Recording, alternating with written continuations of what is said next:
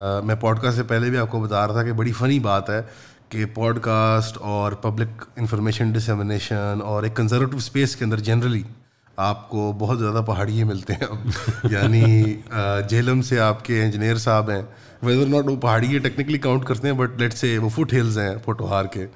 اور ساحل ادیم صاحب ہیں, ہی از فرام مری ماشاء اللہ. You are also from Gujar Khan, who have erupted onto the scene in a very rapid and a very real sort of way. کہ ایسے نہیں ہوا کہ صرف آپ کا پرسنل چینل یا آپ کی پرسنل برانڈ گرو کر رہی ہے, آپ کی جو ڈبیٹس ہیں اور آپ کا جو ڈسکورس ہے with people from across the spectrum, یعنی آپ کے آئل کی دوسری طرف کنزرویٹیوز میں بھی اور آپ کے لبرلز میں بھی. خاص طور پہ اگر میں آپ کی ریسنٹ پوڈ کاسٹ اگر انجینئر صاحب کے ساتھ آپ کی جو ہوئی تھی اس کے بعد اسپیشلی آپ کی پاپولیرٹی سیمنٹ ہوتی ہے. سوال یہ بنتا ہے فار می ایز اے لے پرسن جو آپ کو دیکھ رہا ہے, جو آپ کا کانٹینٹ کنزیوم ہو رہا تھا, بیکاز ایز مچ ایز میں پوڈ کاسٹ کر رہا ہوں I am equally as big a consumer of social media content. Who are you? And I feel like ایک آڈینس کی وہ ایک لالچ ہوتی ہے too, I feel like celebrity status آپ نے اچیو کر لیا ماشاء اللہ, تو ایک آئی نو آپ عاجز آدمی ہیں لیکن ان دا سینس آف کہ there is no word to describe this, it is an unconventional status. To me it's dakiya, میں اپنے آپ کو ڈاکیا کے طور پہ کہتا ہوں. اچھا, my job is just to deliver. Who is this dakiya? Dakiya is the one who is just delivering the post. یعنی کہ نہیں, ہو از دس ڈاکیا؟ میں اپنی بات کر رہا ہوں کہ میں وہ ڈاکیا ہوں کہ جو صرف خط اپنی طرف سے لکھ نہیں رہا ہے, وہ صرف خط ڈیلیور کر رہا ہے. دیٹس واٹ مائی جاب از. میرے جو ریلیجس ویوز ہیں وہ وہی ہیں جو میں سمجھتا ہوں کہ کسی بھی مسلمان کے ہونے چاہیے. ہمیں مسلمان جو ہوتا ہے وہ اپنے آگے پیچھے کے حالات سے اویئر ہوتا ہے. تو اس وقت بیٹل آف نیریٹیوز سے ہم نبرد آزما ہیں. اس وقت ہمارے پاس ہمارے جو چیلنجز ہیں وہ ایتھیزم کی صورت میں ہوں یا وہ لبرلزم کی صورت میں ہوں, they are challenges not because they have any intellectual depth but they are challenges because the peddlers are very well funded. دیکھیں دلیل ہمارا اسٹرانگ سویٹ ہے. میں سمجھتا ہوں کہ اس طرح کے اپوزنگ ویوز والے پروگرام ہونے چاہیے. لبرلز سیکولرز اس طرح کی آوازوں کو سفوکیٹ نہیں ہونا چاہیے, کیونکہ آپ اسے سفوکیٹ کرنے کی کوشش کریں گے تو آرٹیفیشلی لوگوں کی ہمدردیاں اس طرف چلی جاتی ہیں. You gonna be able to talk to them کہ اب یہ بات کریں. اگر ہم اپنے مذہب میں سچے ہیں جو کہ ہم ہیں تو ہم بات کرنے سے کیوں گھبرائیں.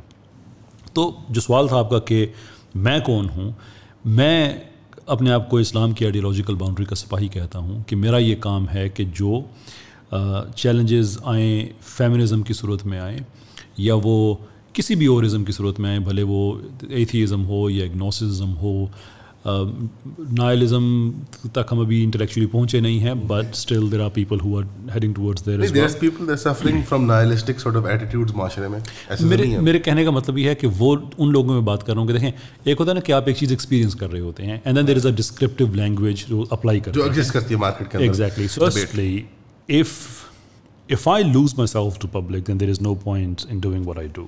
یہ ایک پہلی بات. اگر میرے جو اندر ہے اگر وہی باہر کنیکٹڈ نہ ہو, پبلک والا کیسر احمد راجہ اور ہو, پرائیویٹ والا اور ہو, تو پھر یہ اس سے بہت بہتر ہے نا پھر میں RSS کی لائن پکڑوں, پھر میں یہاں بیٹھ کر میں انڈیا کرتا رہوں, اسے تو زیادہ آپ کو فیم مل جائے گی, جو کافی لوگ پاکستان میں کرتے ہیں. تو میں یہاں پہ لبرل بن جاؤں, میں سوشلسٹ بن جاؤں, تو مجھے تو زیادہ اس میں مل جائے گا. میں یہ نہیں کر سکتا. میرا جو کام ہے, دیکھیں میں آپ نے پوچھا نا کہ کہاں سے سارا اسٹارٹ ہوا. نومبر 2001 یہ میں نیدرلینڈ سے میں UK میں گیا. اب نومبر 2001 کا مطلب یہ ہے کہ 9/11 تازہ ہوا تھا, and that was a very difficult place. West کا کوئی بھی ملک کسی نوجوان, میں تقریباً اس وقت کوئی 19-20 سال میری عمر تھی. نہیں, یونیورسٹی میں نے بڑے بعد میں اسٹارٹ کی تھی. اچھا, ابھی آپ جاب کر رہے ہیں؟ میں وہاں پہ جا کے میں نے جاب اسٹارٹ کی تھی. تو اس پر بڑا مشکل وقت تھا کسی بھی ایسے مسلمان کے لیے جس کے پاس کوئی گائیڈنس نہیں ہے, سپورٹ نہیں ہے, کیونکہ ہمارا مدرسہ اس وقت آن لائن نہیں تھا, یہ فتووں کی ویب سائٹس نہیں تھی, یا کسی عالم سے آپ سوال نہیں پوچھ سکتے تھے, یہ کچھ بھی نہیں تھا اس زمانے میں. ایٹ دیٹ ٹائم آپ کے پاس میں بھی ریفرنس ٹولز ہوں گے, ڈاکٹر ذاکر نائک کی ٹیپس, وہ بھی سین پہ اس وقت کچھ ٹی وی چینلز تھے, اس طرح سے نہیں.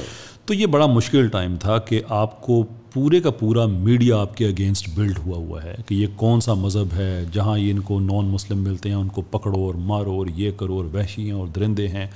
ریڈیو پروگرامز ڈیڈیکیٹڈ ہوئے ہیں آپ پہ, ٹی وی BBC جو بھی آپ دیکھتے ہیں, پورے کا پورا سسٹم آپ کے خلاف ہے. And it puts you in a very difficult place. You don't feel like at home at all. تو میرا جو چیلنج تھا, even though maybe you grew up in Europe and you interacted with them all your life, but you felt کہ ایک incident کے بعد suddenly you are not a European anymore. یہ کیسے ہو سکتا تھا؟ How can you feel at home. کہ میرے ساتھ ایسا ہوا کہ میں کسی ایک ریسٹورنٹ میں گیا ہوں, وہ ہمارا ایک ریسٹورنٹ کے سے گزر کے آپ کو اس کا جو بیک اینڈ ہے اس کا اپنا انڈیپینڈنٹ ایکسیس نہیں تھا. مجھے یاد ہے ایک دفعہ میں نے اپنا اسپورٹس والا بیگ ایسے میں نے وہ شولڈر پہ لٹکایا ہوا, میں اندر گیا, وہ ریسٹورنٹ میں آوازیں آنا شروع ہو گئی, بیگ بیگ بیگ, دیکھو بیگ والا آ گیا, چھوٹی چھوٹی داڑھی رکھی, اس وقت میں نے داڑھی رکھی تھی, بعد میں نے شیو کرا دی تھی. That is how difficult it was کہ تو وہاں پہ ہم چل پھر نہیں سکتے because of your skin colour میں بھی, اسکن کلر ایوری تھنگ, کہ وہ دیکھو بیگ والا آ گیا, شاید اس نے بم اٹھائے ہوئے ہوں. تو میری جو جرنی تھی یہ اس ریزسٹنس میں, جو ریزسٹنس بعد میں ڈیولپ ہوئی, اس کے بعد پھر میں نے everything that I believed in I was made to challenge that, اور میں نے اس کو چیلنج کیا, رائٹ, ویدر اٹ واز کہ میں نے دوبارہ سے قرآن کو پڑھنا شروع کیا, جتنا بھی پڑھ سکتا تھا, جتنا بھی مجھے سمجھ آتی تھی. اس وقت ہماری قرآن ایکسپلورر ایک ویب سائٹ کچھ عرصے کے بعد آ گئی تھی مختلف ترجموں کے ساتھ, اس کو جا کے دیکھنا کہ اس میں کیا لکھا ہوا ہے. جیسے میں نے کہا کہ آن لائن ریسورسز بہت اسکارس تھے, بہت زیادہ لمیٹڈ تھے. مسجد میں بحث کرنا, والدین سے ڈسکشن کرنا, دوستوں کے ساتھ, یو وینٹ تھرو اٹ. تو ہمیں میری جب میں نے اس کے ڈیپ اینڈ میں جا کے دیکھا, میں نے ایوولوشن کو پڑھنا شروع کیا, کہ ساری چیزیں دیکھنے کے بعد لبرلزم اینڈ سو فورتھ, میرا جو دوبارہ دین کے ساتھ جو کنیکشن تھا یہ ریئل کنیکشن تھا. وہ ایسا نہیں تھا کہ I just happen to be born in a Muslim family. یعنی جب پہلے موروثی عقیدہ تھا آپ کا ایز اے ینگ پرسن کہ بھی میرے والد مسلمان ہیں, اس کا والد مسلمان ہے, ہم نماز پڑھتے ہیں, جمعے کو نماز ہوتی ہے بڑی والی, عید کو ہم جا کے 6 تکبیروں کے ساتھ, right. So you when taken out of your comfort zone, یعنی پاکستان یا آپ کا ہوم ٹاؤن, اینڈ یورپ کے اندر ایک multicultural society, fairly accepting society, and you have to give them give the devil his due, بڑی ایک اچھا معاشرہ ہے یورپ کا. لیکن ان کی بنیادیں ہل جاتی ہیں جب 9/11 ہوتا ہے, and they are doubting their very own principles, secular principles کو, کہ وہ ایک چمڑے کی وجہ سے, ایک رنگ کی وجہ سے, اور وہ بھی ایک پبلک نیریٹو کی وجہ سے. اسٹیٹسٹیکل ان کے پاس کوئی ایویڈنس نہیں تھی ٹو شو کہ مسلمان جو ہیں وہ کوئی قاتل ہیں یا کوئی, there are no facts behind this. But کیونکہ ایک جنگ عراق کی یا افغانستان کی درکار تھی, تو ایک نیریٹو بلڈ کیا جا رہا ہے. تو ینگ کیسر احمد راجہ is made to challenge his own preconceptions, his own beliefs, his own identity, and that leads you into getting into the sort of the more debate or the more, because at that time ہی آپ کا new atheism بھی ساتھ ساتھ وہی تو فساد کی جڑ تھا اصل میں. وہ فساد کی, آئی وڈ سے فساد کی جڑ یو ایس اور یو کے کی, ٹونی بلیئر کی اور بش کی اسٹیٹ پالیسی تھی. وہ اعلی کار بنا ہے, نیو ایج ایتھیزم جو ہے کیسر بھائی, یو ہیو ٹو ایڈمٹ, وہ اعلی کار بنا ہے ٹو اٹیک دا مسلمس. یہ تو ایک سٹیٹمنٹ دی, اس کے بعد اس کے اوپر مقدمہ قائم ہوا, اس نے آفیشلی آ کے معافی بھی مانگ لی, وہ ہاتھ جوڑ جوڑ کے اپنی زندگی کی بھیک بھی مانگ رہی ہے, اور وہ جو سٹیٹمنٹ بھی دی اس نے وہ ریبٹل کے طور پر دی, جذبات میں آ کے. جب آپ کسی کے ریجن پر حملہ کریں گے اس کے جواب میں وہ آپ کے ریجن پہ حملہ کرے گا. کوئی آرگنائز طریقے سے یہ کام نہیں چلا تھا. بسم اللہ الرحمن الرحیم. السلام علیکم, میں ہوں کیسر احمد راجہ. امید ہے آپ سب کی طبیعت بالکل ٹھیک ہوگی. اور عام طور پہ میں جو اسلامک اسکالرس ہیں ان پہ باتوں پہ میں رسپونڈ نہیں کیا کرتا, لیکن یہ جو بات کہی انجینئر صاحب نے, یہ میں بڑی اختلاف کے مجھے اس سے اختلاف ہے اور بڑے عزت و احترام کے ساتھ ہے. It has to be responded to. تو اس پہ میں رسپونڈ کرنا چاہوں گا. 2 چیزیں بیسکلی اس کلپ میں ہیں. ایک تو یہ ہے کہ یہ معاملہ اتنا زیادہ تھا نہیں اور غلطی بھی اس میں مسلمان کی تھی, اور دوسرے یہ کہ جو اس وقت انڈیا پہ پریشر بلڈ کیا جا رہا ہے, اس کے پیچھے انٹرنیشنل پالیٹکس ہے, یعنی کہ امریکہ سزا دے رہا ہے انڈیا کو رشیا کے ذریعے, معافی چاہوں گا عرب ملکوں کے ذریعے, کہ جو رشیا سے جو ابھی ٹریڈ وغیرہ انڈیا نے کی ہے, آئل خریدا اینڈ سو فورتھ. ویل یہ دونوں ہی باتیں غلط ہیں, and I would like to respond to them both one by one. یہ کلپ کا حصہ آپ نے سنا, یہ میں آپ کو دوبارہ بھی سناؤں گا, لیکن پہلے چلتے ہیں وہ جو انٹرنیشنل پالیٹکس کی یہ بات کر رہے ہیں کہ اس میں کتنی حقیقت ہے. اوریجنل والے غلام ان کے جن کی رشیا کے ساتھ نہیں بنتی, تو انہوں نے پھر ان کو اللہ شاہدی دی کہ ہاں جی اب آیا ہے انڈیا قابو میں, تو آپ لوگ آفیشل سٹیٹمنٹس دیں. یہ جو میں آپ کو بتا رہا ہوں یہ ریئل ٹائم اوریجنل ڈیٹا ہے.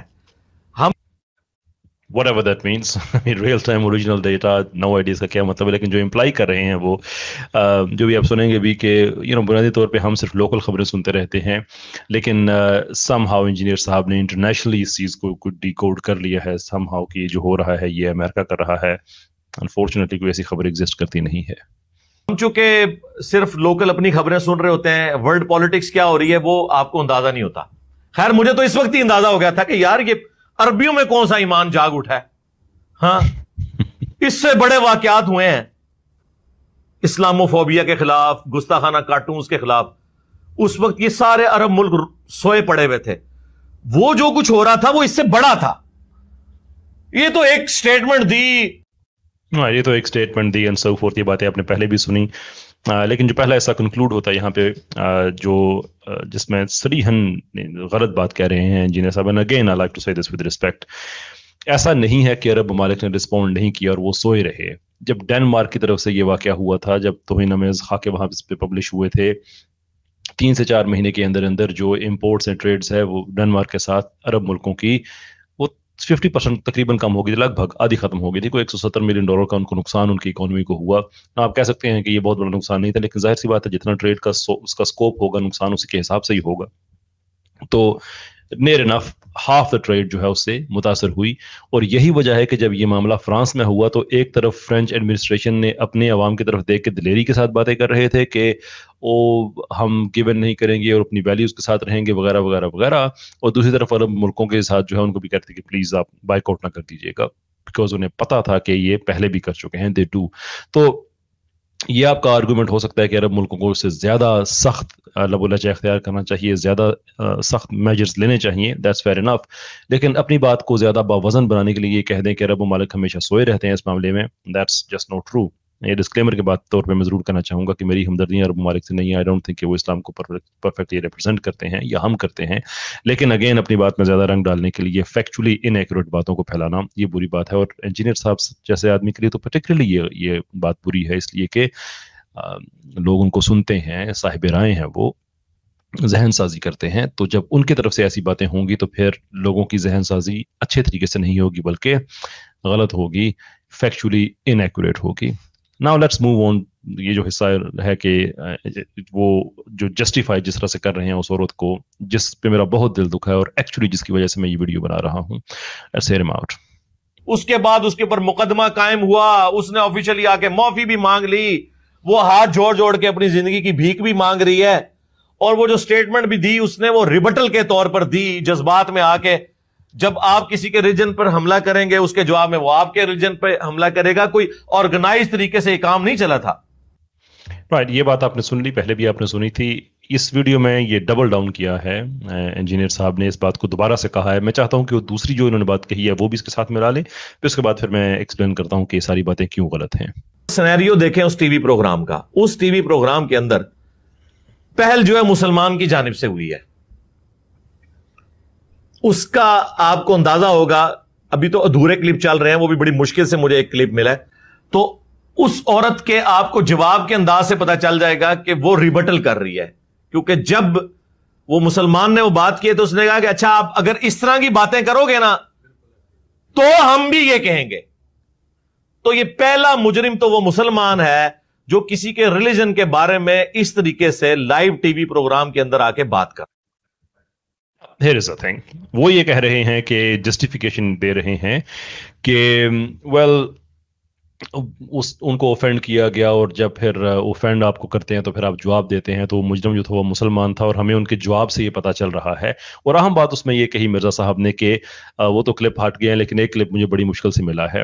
آئی تھنک مرزا صاحب ٹھیک کہہ رہے ہیں, کیونکہ جس آدمی نے ایک آدھا کلپ دیکھا ہو وہی ایسی بات کر سکتا ہے. لیکن حقیقت اس کے برعکس ہے. حقیقت یہ ہے کہ اسی شام یہ تیسرا پروگرام تھا نوپور شرما کا, جس میں نوپور شرما نے تیسری بات یہ ریپیٹ کی. ایسا نہیں کہ بس جذبات بھڑک گئے اور وہ رو میں وہ بہہ گئی اور انہوں نے کچھ کہہ دیا. اس سے پہلے وہ 2 اور پروگرامز جن میں وہ جا چکی تھی. یہ تو ٹائمز ناؤ کی ہم بات کر رہے ہیں, نیوز 24 اور ریپبلک بھارت میں اس سے پہلے اسی دن یہ باتیں ریپیٹ کر چکی تھی اور جگہ بنا کے کر رہی تھی. اور اس کی بھی پیچھے ایک وجہ ہے. ویسے تو یہ جو مسئلہ چل رہا ہے گیان وپی مسجد کا, یہ کوئی نیا یہ مسجد کوئی کیسز کے لیے حوالے سے نئی نہیں ہے. ارلی 90 سے وہاں پہ معاملات چل رہے ہیں, لیگل کیسز. اب اس میں انٹینسٹی آئی ہوئی ہے, اور یہ جو وہاں پہ ایک ایکسٹریمسٹ ایلیمنٹ پایا جاتا ہے RSS کا, یہ اس کو خوش کر رہی تھی کہ میں تم لوگوں کو ایسا بھی کہوں گی ویسا بھی کہوں گی. ویسے اگر آپ لیگلی دیکھیں تو جو مسجد ہے گیان وپی کی, اس کا جو وضو خانہ ہے اس کے اندر کیا وہ فوارہ ہے, فاؤنٹن ہے یا شیو لنگ ہے, یہ میٹر سیٹل نہیں ہوا ہے. آپ اس کی بیس پہ یہ نہیں کہہ سکتے ہیں کہ آپ نے ہمارے اپنا ریلیجن کی گستاخی کر دی ہے. ہاں, اگر ہندوازم ایز این ریلیجن جو ہے وہ ڈکلیئر کر دیں کہ بھائی یہ آج کے بعد آپ اس کو فوارہ نہیں کہہ سکتے, اور پھر کوئی مسلمان کہتا ہے تو اس کو شرارت گنا جائے گا, انڈین قانون کے مطابق اس کو آدمی کو سزا ملنی چاہیے. لیکن ایک لیگل کیس چل رہا ہے تو عدالت میں لوگ کیا کہیں گے, یعنی مسلمانوں کے وکیل ہیں وہ کیا کہیں گے جا کے, اس کو فاؤنڈن ہی کہیں گے نا, اس لیے کہ ان کا یہ کیس ہے. تو اس پہ جج صاحب اٹھ کے گالیاں دینا شروع کر دے کہ تم نے گستاخی کر دی, تو کیا وہ would that make any sense? It wouldn't. اور جو آخری بات ہے جو مرزا صاحب نے یقیناً نہیں سنی, میں ان کو میکسیمم بینیفٹ آف ڈاؤٹ دینا چاہوں گا کہ شاید وہ کلپس انہوں نے نہیں دیکھے, ورنہ وہ اس عورت کا اس طرح سے دفاع نہ کرتے. نقل کفر کفر نہ باشد, اور میرا دل ٹوٹ رہا ہے یہ باتیں آپ کہتے ہوئے. 2 الفاظ جو استعمال کیے گئے, سیکشل انٹرکورس اور بوڑھا, there is no justification for this Mirza صاحب, there is no justification. یہ بات آپ کو سوٹ نہیں کرتی. مجھے یقین ہے کہ آپ نے کلپس نہیں دیکھے ہوں گے, اس کے بغیر آپ بات کر رہے ہیں, اور مجھے اس چیز کا افسوس بھی ہے کہ اگر آپ کے پاس پوری تحقیق نہیں ہے تو آپ کیوں اس پہ ایکسپرٹ اوپینین اپنی دے رہے ہیں. کچھ دیکھ لیں, پڑھ لیں اس کو, کیونکہ یہ وقت عزت رسول کی وکالت کرنے کا ہے. آپ کی باتوں سے لگ رہا ہے کہ آپ شاید RSS کی وکالت کر رہے ہیں. آئی ہوپ یہ باتیں سن کے آپ ریویو کریں گے اپنا جو ویو ہے, اور اس پہ کوئی ایکسپلینیشن دیں گے, بیکاز ایٹ دا مومنٹ آپ کی جو باتیں ہیں یہ بہت زیادہ دل دکھانے والی ہیں. بہت شکریہ آپ کا. اچھا, میری آپ سے ملاقات ہو اور نوبو شرما کا ذکر نہ ہو, یہ تھوڑی سی آکورڈ لگتی ہے بات, کیونکہ میں نے کبھی کسی اسلامک اسکالر پہ بات نہیں کی. ایک آپ ہی کی, آگے میں عرض کر رہا تھا, وہ انڈیا کا جو میڈیا ہے, اینٹی اسلامک میڈیا, اس نے بہت زیادہ آپ کو وائرل کیا کہ اگر نوبو شرما کو سپورٹ ملی ہے تو سیما پار سے ملی ہے, ایک ایسے دیش سے ملی ہے جو بھارت کے خلاف سازشیں کرتا ہے, and whatever. Don't you think sir کہ جس لیول پہ آپ کام کر رہے ہیں آپ کو پہلے ویریفائی کر لینی چاہیے اس طرح کی چیزیں پبلک میں آنے سے پہلے؟ میں نے تسلی سے ویریفائی کی تھی, اور اس کے بعد جو میں نے دیکھا میں نے اس کو بیان کیا, اور اس میں کوئی ایسی چیز نہیں ہے جس کے اوپر مجھے شرمندگی ہو. اس کی وجہ یہ ہے کہ جو اس عورت نے گستاخی کی سیدہ عائشہ سلام اللہ علیہا کے حوالے سے, یا نبی صلی اللہ علیہ وآلہ وسلم کے واقعہ معراج کے حوالے سے, یا ارتھ کے فلیٹ ہونے کے حوالے سے, میرے پاس تو بڑا اچھا موقع تھا کہ میں بتاتا کہ کتنے اسلامک اسکالرز ہیں جنہوں نے اس کو اسلام قرار دیا ہوا ہے, ارتھ کے فلیٹ ہونے کو اور ساکن ہونے کو. میں نے ان کو نہیں رگڑا لگایا, بلکہ میں نے اسے کلیریفیکیشن دی کہ قرآن کی اس آیت کا مطلب یہ ہے, یہ ہے, یہ ہے. جو اس نے گستاخیاں کی تھی ان کا میں نے علمی جواب دیا. اگر میں ان باتوں کا جواب نہ دے رہا ہوتا اور صرف اس پورشن کو لیتا جس کو انہوں نے ہائی لائٹ کیا ہے تو پھر تو میں مجرم ہوتا. میں نے تو پوری بات کی. جو جملہ قابل اعتراض جی وہ بتائیے. وہ یہ تھا کہ جو آپ امپلائی کر رہے ہیں کہ اصل مجرم تو اس میں وہ مسلمان بیٹھا ہوا تھا, یہ تو ایک فلو میں بات پھر غصے میں آ کے نکل گئی. ویئر ریالٹی یہ تھی کہ اسی دن اس عورت کا یہ تیسرا پروگرام تھا جس میں تیسری بار اس نے گستاخی کی تھی. پہلی بار بھی, دوسری بار بھی, تیسری بار بھی. جو ڈیفنس وہ کلیم کر رہے ہیں وہ یہ ہے کہ اس مسلمان نے یہ کہا کہ وہ شیو لنگ نہیں, وہ فوارہ ہے, اور یہ مسلمان کو نہیں کہنا چاہیے تھا, یہ انجینئر صاحب کہہ رہے ہیں, جس کے جواب میں اس نے پرووک ہو کے یہ کہا, جبکہ پرووک بندہ تیسری بار نہیں ہوا کرتا, وہ پلان کر کے یہ چیزیں کیے جا رہی تھی. اور پھر ایشو اس میں کیا ہے کہ آخر کار 1991 سے گیان وبی مسجد کا کیس چل رہا ہے, اور کیس یہ ہے کہ وہاں پہ جو وہ ایک سٹرکچر ہے وہ شیو لنگ ہے یا فوارہ ہے. عدالت میں کیس ہے, ایک پارٹی کہتی ہے فوارہ ہے, دوسری کہتی ہے فوارہ ریلیجس سمبل. تو اگر اس نے یہ کہا کہ جو ہمارا کیس ہے عدالت میں کہ ہم اس کو فوارہ سمجھے, اسے پروگرام میں بیٹھے, تو اس میں گستاخی کہاں سے؟ کوئی گستاخی نہیں. مسئلہ پتہ کیا ہوا ہے, جو اس نے وہ شعر مزے لے لے کے سنایا ہے اس پہ وہ پرووک ہوئی ہے اس شعر کے اوپر. اس سے 2 دفعہ پہلے وہ کہہ چکی, بے شک کہہ چکی تھی. وہاں کوئی پوائنٹ تو چاہیے تھا نا. اس نے ایکسکلوسیولی تو خود سے 100 موٹو لیتے ہوئے اس جملے کو نہیں یوز کیا. سٹارٹ وہاں سے ہوا نا, جب وہ شعر لے لے کے سنا رہے تھے. اس نے کہا کہ پھر اگر آپ تم یہ بات کرو گے نا تو اسے پھر ایک, یعنی آپ نے فل ٹاس دی, اس نے چکا مار دیا. ہاں اگر ایبسولوٹلی وہ اس پروگرام میں شروع کرتی تو میں یہ کہتا کہ اس نے نہیں کیا, لیکن اس کا یہ مطلب نہیں ہے کہ اس کے یہ گستاخی کرنا جسٹیفائی ہے.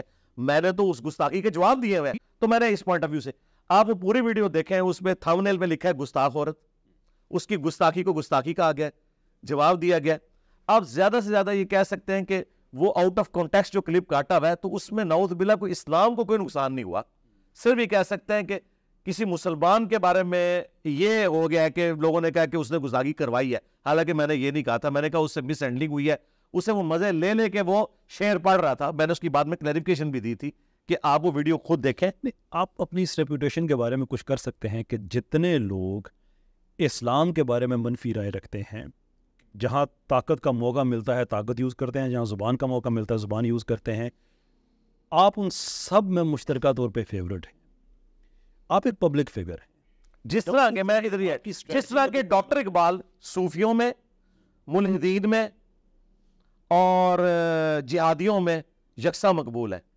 جس طرح کہ ڈاکٹر اقبال کو صوفی بھی کوٹ کرتا ہے اور جہادی بھی کوٹ کرتا ہے, اور عام مولوی بھی کی محمد سے وفا تو نے تو ہم تیرے پڑھتا ہے, خواہ وہ خود بے وفائی کر رہا ہو.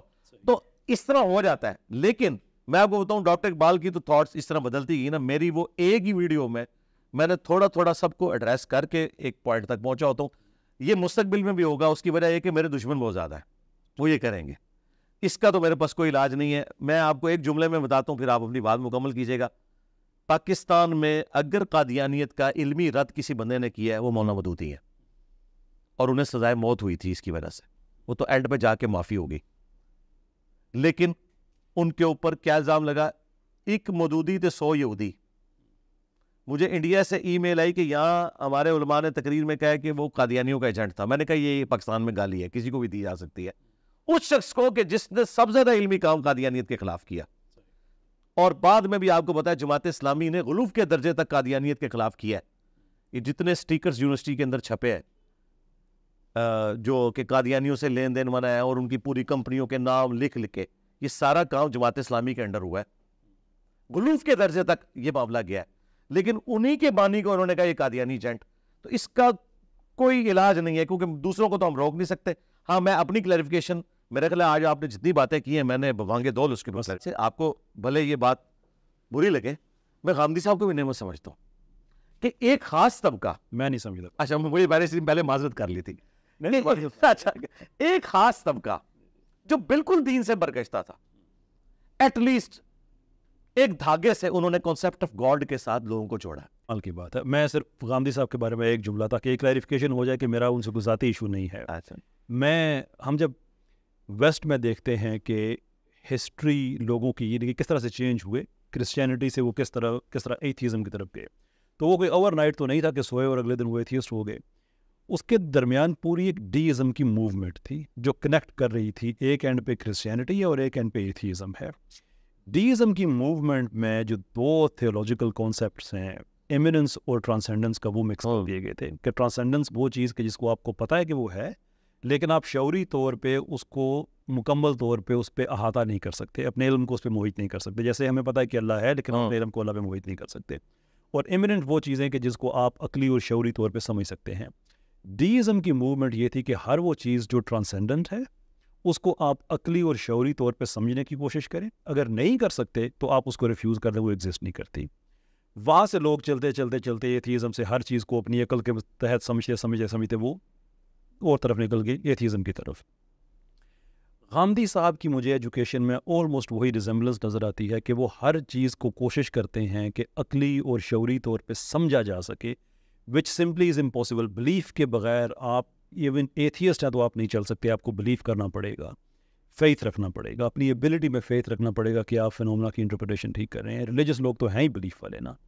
لیکن میرا ڈس ایگریمنٹ یہ ہے کہ there is far too materialistic interpretation of religion ان کی طرف سے, جو میں سمجھتا ہوں نہیں ہونی چاہیے. جو چیز ٹرانسینڈنٹ ہے اور ٹرانسینڈنٹ, یہی میرا سر سید سے بھی اختلاف ہے, جو کہہ رہا کہ اس طرف گیا لیکن واپس نہیں آ سکے. لیکن مرد اور عورت کا آپس میں ہاتھ ملانا جائز سورہ معاہدہ کے تحت. سرکار اب بات یہ نا, اب یہ اگر بات کھلی نا تو آپ کے دیوبند اور بریلوی علماء شکل نہیں دکھا سکتے. میں آپ کے کیمرے میں اسی کو جس طرح ہالی ووڈ کی فلم کے اینڈ پہ ایک جملہ چھوڑ دیتے ہیں نا, میں چھوڑ کے جا رہا ہوں کہ غامدی صاحب جو نظریات رکھ رہے ہیں نا, جن سے آپ کو بہت زیادہ اختلاف ہے, جن میں ایک یہ چیز ہے, یا تو ہاتھ ملانے تک بات ہے نا, ہم فقہ حنفی کی کتابوں سے یہ چیز دکھائیں گے اور وہ ان کے شاگردوں نے ڈسپلے کرائیں گے.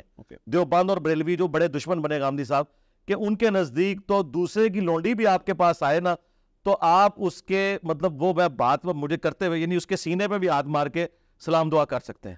اور یہ ساری چیزیں انہوں نے ڈسپلے کرائی ہیں. اس کے بعد انہوں نے کہا جی انہوں نے چھوڑو, تسی اپنی گل کرو. میں تو دونوں کی کر سکتا ہوں, میں تو دونوں کو ایک دن میں کر سکتا ہوں. اور آپ نے یہ پوچھنا ہے ان سے یہ والا مسئلہ نہیں پڑھانے جائے نا. عمار خان ناصر نے وہ تمام غلاظتیں جو غامدی صاحب کے کھاتے میں ڈلی تھی وہ فقہ حنفی کی کتابوں سے دکھائی ہیں, اور ان سے پوچھا ہے کہ بتائیں کہ ان دونوں میں سے زیادہ غلیظ کون ہے. اور اگر آپ یہ کہتے ہیں میرا اس سے اگین پرابلم ہے کہ یہ ہم سطحی لیول پہ گفتگو کریں بالکل ٹھیک ہے، لیکن میں آپ سے اس سے بہتر ایکسپیکٹ کرتا ہوں کیونکہ آپ کے پاس ریزننگ کی ایبلٹی بھی ہے اور ریلیجس بیک گراؤنڈ تو آپ کا. تو میں بتا رہا ہوں کہ غامدی صاحب بھی اسی مدرسہ سسٹم کے امین ہے جو صدیوں سے چل رہا تھا معذرت کے ساتھ. میرا پوائنٹ یہ ہے کہ اگر ہم غامدی صاحب کی غلط چیز کو پوائنٹ آؤٹ کریں تو اس کا جواب واٹ اباؤٹزم نہیں ہو سکتا. جو آپ بتا رہے ہیں کہ وہ لونڈی والی ساری باتیں یہ غلط ہے نا جی، لیکن اگر ہم یہ غامدی صاحب کی ایک بات کے سامنے رکھ رہے ہیں تو غلط چیز کو اگر جواز بنا رہے ہیں تو اس کا مطلب ہے کہ جس چیز کو ہم دفاع کر رہے ہیں وہ بھی غلط ہے. نہیں میں یہ بتانا چاہ رہا ہوں کہ اس کی روٹس وہ ہیں. لیکن دیکھیں میں یہ کہتا ہوں یعنی غامدی صاحب کی روٹس وہ ہیں اور میں بتاؤں غامدی صاحب کے خلاف سب سے زیادہ ویڈیوز میری ہیں. حیران کن بات ہے. اس پہ آپ کا اختلاف ہے کہ سورہ معاہدہ کی آیات کی روشنی میں وہ کہتے ہیں کہ گھر میں آپ شوقیہ طور پہ کتا رکھ سکتے ہیں. نہیں ناٹ ایٹ آل. کتا پالنا میری آپ ویڈیو دیکھیں اور سرکار یہ کتے والی تو بات چھوٹی رہ گئی ہے. ایگزامپل کے طور پہ میں آپ کو بتا رہا ہوں. اچھا اب رہ گیا پردہ داڑھی بائی نیم نزول عیسیٰ میری ویڈیوز ہیں اور گھنٹوں پہ محیط ہے. میں نے ایک ایک پوائنٹ کا ان کا جواب دیا ہے. یہ بات ہے دیکھیں میں نے جو میرا بڑا اختلاف ہے میں نے ان کو جو آگے میں نے عرض کیا کہ وہ دین کی انٹرپریٹیشن مٹیریلسٹک گراؤنڈز پہ کرتے ہیں. میرا اصل اختلاف یہ تو ایگزامپلز ہیں جو میں نے. جی ٹھیک ہے ٹھیک ہے. اچھا آخری سوال سر. جی جی سر. ہر انسان نے اس دنیا سے جانا ہے آخرکار ہم سب نے جانا ہے. تاریخ نے کسی انسان کا یہ طے کرتے ہوئے کہ کیا وہ واقعی بڑا آدمی تھا یا نہیں تھا اس نے ایک کرائٹیرین طے کیا ہے کہ اس انسان نے لیگسی کیا چھوڑی. اس کی وراثت وہ بھلے علمی وراثت ہو یا کوئی اور ہو. ہٹلر اپنے زمانے کا بڑا آدمی تھا لیکن لیگسی نہیں ہے تو ہم اسے تاریخ کا بڑا آدمی نہیں مانتے. جولیس سیزر کو بھی مانتے ہیں اس لیے کہ اس کے دیے ہوئے نظریات دنیا میں آج بھی چلتے ہیں. تو لیگسی الٹیمیٹلی وٹ میٹرز. آپ اپنی کس طرح کی لیگسی چھوڑ کے جانا چاہتے ہیں؟ یہ جو لکھی ہوئی ہے جی نبی کے جیسا ہے ہی کوئی نہیں باب شاہی کو نہیں. یہ میری لیگسی ہے کہ آپ نے نبی علیہ السلام کو فالو کرنا ہے. کسی فرقے کے بزرگ بابے کی بات اگر نبی علیہ السلام کی تعلیمات یعنی قرآن و سنت سے ٹکرا رہی ہے نا آپ نے پھر اس کا بڑا ہونا نہیں دیکھنا. وہ نبی سے بڑا نہیں ہو سکتا. اور یہ دوسرے والا شعر تو یہ الٹیمیٹلی ہے. یہ تیسرے نمبر پہ جو مرنے سے پہلے اے مسلمان کر لے اس پہ غور کتابوں کا خدا اور ہے بابوں کا خدا اور. پورا کانسٹیٹیوشن لکھ کے یہی پہ جی یہ ہے. یہ یعنی ان چیزوں کو میں نے پریزنٹ کیا ہے کہ نبی علیہ السلام نے حجۃ الوداع پہ قرآن اور سنت چھوڑی غدیر خم پہ قرآن اور اہل بیت. تو ہم کہتے ہیں بکش مسلمان. یعنی میرے لیے اگر آپ کہنا کہ میں کیا ہوں تو میں بکش مسلم ہوں. بکش مسلم ہونے کی وجہ سے ہی میں غامدی صاحب سے بھی سخت اختلاف رکھتا ہوں کیونکہ میں کہتا ہوں اگر آپ اہل سنت ہیں تو پھر اہل سنت یہ ہوں گے.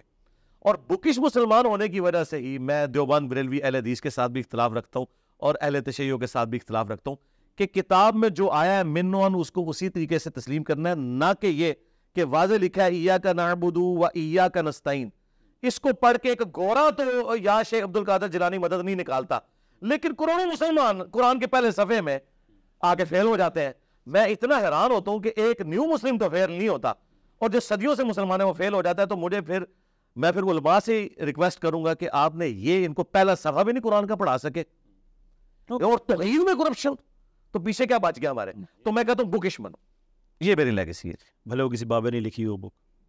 بابا کافر بھی کوئی کہنا قرآن و حدیث میں ہی لکھا ہے اور وہ ریفرنس وہ نکل ہے. وہ تو صحیح بخاری میں حدیث ہے شیطان نے انسانی شکل میں آ کے آیت الکرسی کا وظیفہ دیا تھا. نبی علیہ السلام نے کہا کہ جھوٹا تھا بات سچی کی. میں یہی تو کہتا ہوں اور میں آپ کے اس کیمرے کی وساطت سے علماء سے بھی کہتا ہوں کہ یار میں شیطان سے بڑا شیطان تو نہیں ہوں نا. آپ اپنے فالوورز کو یہ کہا کریں کہ وہ جو بات قرآن و سنت کے مطابق کرتا ہے وہ لے لو جو خلاف ہے وہ چھوڑ دو. وہ کہتے ہیں نہیں انجینئر اگر کہے گا نا قرآن و سنت سے بھی ہم نے وہ والی نہیں لے رہی اور میں ترجمے بھی ان کے ہی دکھاتا ہوں الحمدللہ.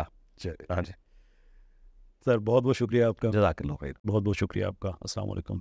وعلیکم السلام. جزاکم اللہ خیر سر.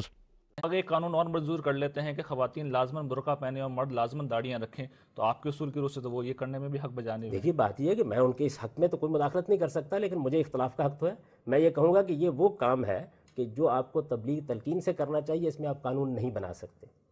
میرا نقطہ نظر کیا قانون بنا سکتے ہیں اس میں؟ بالکل بنا. ڈاکٹر صاحب کا نقطہ نظر یہ کہ وہ داڑھی رکھوانے کے لیے آپ کہہ رہے ہیں زبردستی کچھ نہیں کروایا جا سکتا, صرف تلقین ہو سکتی ہے. ہمیں دیکھنا یہ ہوگا کہ آیا داڑھی سنت ہے, آیا سنت موقدہ ہے, بہت سے حضرات کے نزدیک واجب ہے, اور یہ وہ شے ہے کہ جو گویا کہ انسان کے چہرے پر ظاہر ہوتی ہے کہ اس شخص کا کس سے تعلق ہے, کس کلچر سے متعلق ہے. ڈاکٹر صاحب بعض لوگوں کے تو داڑھی آتی نہیں ہے, اب وہ پولیس والے پکڑ لیں گے اس راستے میں وہ بیچارہ میڈیکل سرٹیفکیٹ لے کے گھومے. ایکسیپشنز پر بات نہ کیجئے لیکن سوال یہ ہے کہ مجموعی طور پہ مجموعی طور پر یہ داڑھی ہے اور یہ سنت موقدہ سب کے نزدیک ہے, بلکہ بعض علماء جو ہیں اس سے واجب کہتے ہیں.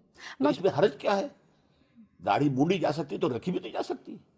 اور داڑھی نہیں رکھنے پہ اعتراض نہیں, وہ یہ کہ یہ جرم بن جائے گا نہ رکھنا, پولیس مارے گی اس کو. اگر یہ پارلیمنٹ فیصلہ کرتی ہے تو ہو جائے گا, وہ تو خود مانتے ہیں. یا تو یہ کہ یہ منکر ہے, یہ شریعت کے خلاف ہے. بھئی شریعت کے خلاف تو نہیں ہے. میں آپ سے پوچھنا چاہوں گی کہ داڑھی جو ہے وہ تو سکھ بھی رکھتے ہیں اور یہودی بھی رکھتے ہیں, تو اس سلسلے میں آپ کیا کہیں گے؟ فرض کریں کہ وہ اگر مسلمانوں کی کسی ریاست میں آئے ہوئے ہیں اور ہمارے پاس یہ لاء جاری ہے کہ بھئی جس کی داڑھی نہیں ہوگی اس کو ہم بند کر دیں اٹھا کے, اس کو سزا دی جائے, تو وہ تو اس چیز کا فائدہ بھی اٹھا سکتے ہیں.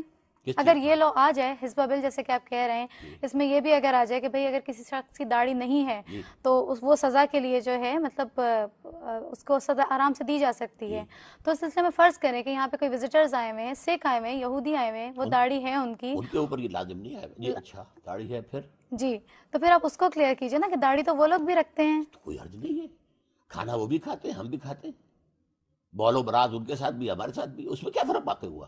سوال تو یہ کہ ایک مسلمان کے لیے وہ چیز لازم ہوگی. جو شخص وہ بھی کسی کی اطاعت کر رہا ہے, کسی کی پیروی کر رہا ہے, وہ ویسٹ کے کلچر کی پیروی کر رہا ہے, اور ٹائی اگر پہن رہا ہے, اس سے آگے مت جائیے. ایک مسئلے کے اوپر رہیے تو بار بار جو ہے ادھر ادھر سے اس سے فائدہ نہیں ہوتا. ایک یہ ضرور ہے کہ روکا گیا ہے کہ بحیثیت مجموعی آپ کسی دوسری قوم کے متشابہ نہ ہو جائیں. ٹھیک, تو تشبہ جو ہے وہ اس میں یہی پوچھنا چاہ رہی تھی. ہاں, تو اس میں یہ ہے کہ آپ ایسا لباس پہن کر, ان کے داڑھی بھی نہ ہو, شیو ہو, اور یہ جائیں لندن میں, تو کون بتائے گا کہ یہ مسلمان ہے کہ ہندو ہے, یہ پارسی ہے, یہ کون ہے؟ کوئی نہیں بتا سکتا. Your identity is last. تو اس مسلمان اپنی آئیڈینٹی کو برقرار رکھے گا. اور داڑھی مونچھ جو ہے سکھ رکھتا ہے, مونچھے بھی ہے, داڑھی بھی ہے, جھڑوس بنا ہوا ہوتا ہے, اور مسلمان کی داڑھی ہوتی ہے, اور یہ جو ہے لمبے کتری ہوئی ہوتی ہے, زمین و آسمان کا فرق ہو جاتا ہے. جو لوگ فرینچ داڑھی رکھتے ہیں ان کے بارے میں آپ کیا کہیں گے؟ وہ پھر علیحدہ بات ہے. اچھا, اس میں ایک سوال اور پیدا اس کی مقدار کتنی ہے کم سے کم, لیکن داڑھی فی نفس ہی اپنی جگہ پر شریعت کا ایک حکم ہے, سنت رسول ہے, واجب ہے, مسلمان کے تشخص کے لیے ایک علامت ہے. آپ کے نزدیک داڑھی رکھوائی جا سکتی ہے کہ گورنمنٹ یہ کبھی جی واضح طور پر میں نے اپنا نقطہ نظر بیان کر دیا ہے کہ دین کے جتنے احکام ہیں ان سب کی پابندی ہم اللہ اور رسول کی اطاعت میں کرتے ہیں. اس کی تلقین کی جا سکتی ہے, ان کی ترغیب دی جا سکتی ہے, یہ ایک الگ بحث ہے کون سا حکم دین میں کیا حیثیت رکھتا ہے, لیکن نماز اور زکوٰۃ کے علاوہ ریاست کو اس میں مداخلت کا حق نہیں ہے. یہ اصل میں بنیادی حقوق کا مسئلہ ہے. قرآن مجید نے اس کو واضح کر دیا ہے. میں تو آپ تو ان واجبات اور سنن موقدہ کی بات کر رہے ہیں, میں حج کی بات کر رہا ہوں, میں جہاد کی بات کر رہا ہوں.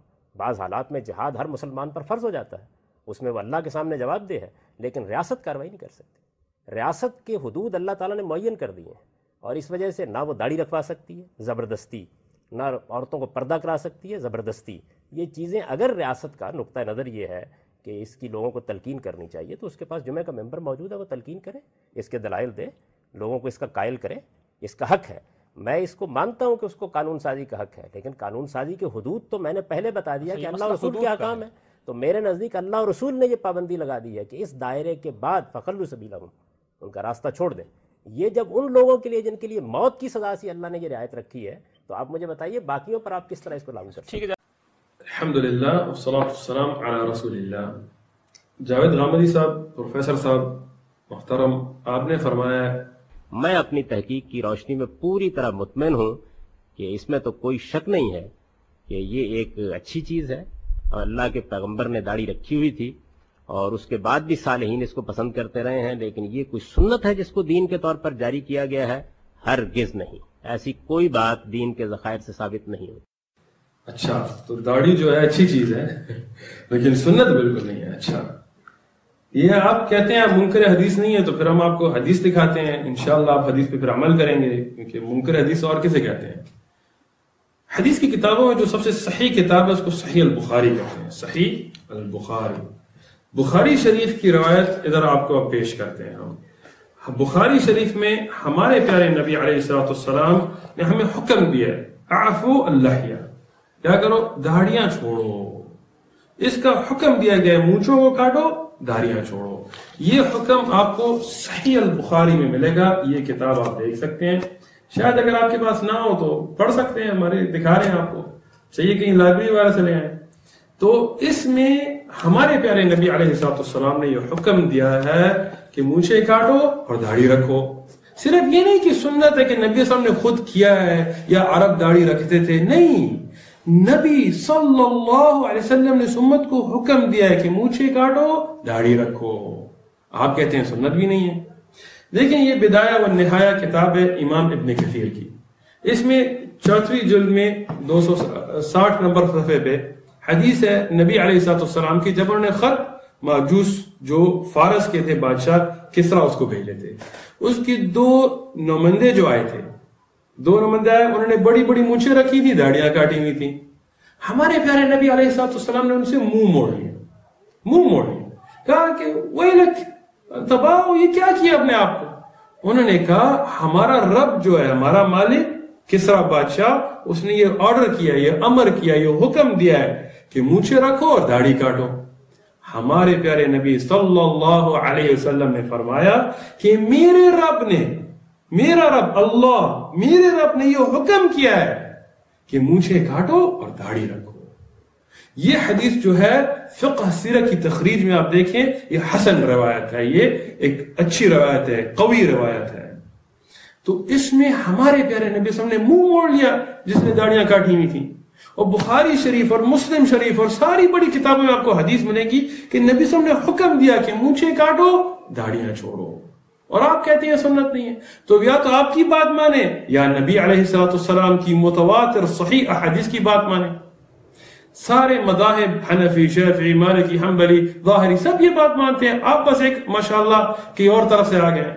تو آپ کو ہم یہ نصیحت کرتے ہیں کہ منکر حدیث اسی کو کہتے ہیں، جب حدیث کے انکار کریں گے، جب صحیح حدیث کو آپ نہیں مانیں گے اپنی مرضی سے.